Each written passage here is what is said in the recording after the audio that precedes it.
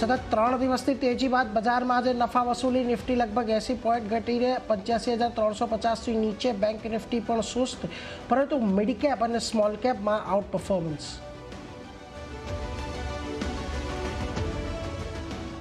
આજે એનર્જી અને પીએસયુ બેંકોમાં ખરીદી બંને ઇન્ડેક્સ 0.5% વધુ વધ્યા. અદાણી ગેસ અને અદાણી પાવર 6 થી 9% વધ્યા. મેટલ અને રોયલ્ટી સાથે, પરંતુ આઈટી, એફએમસીજી અને એનબીએફસી શેરો પર દબાણ.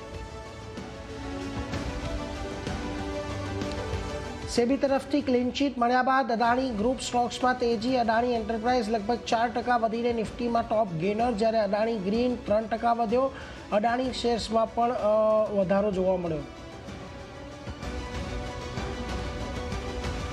સુપ્રીમ કોર્ટ આજે વોડાફોન આઈડિયાની એજીઆરની કેલ્ક્યુલેટ માટેની અરજી પર સુનાવણી કરશે. 2017 પહેલાંના એજીઆરની ફરીથી તપાસ કરવાની માંગ. સરકારના મતે નવી એજીઆર માંગ સંપૂર્ણપણે માન્ય. અને આજે ખુલ્યા સાત્વિક ગ્રીન એનર્જીનું આઈપીઓ. 442 થી 465 રૂપિયાની શેર પ્રાઇસ બેન્ડ. ઇસ્યુથી 900 કરોડ એકત્ર કરવાની યોજના. ત્યાં જ જીકે એનર્જીનો પબ્લિક ઓફર પણ આજથી ખુલ્યો.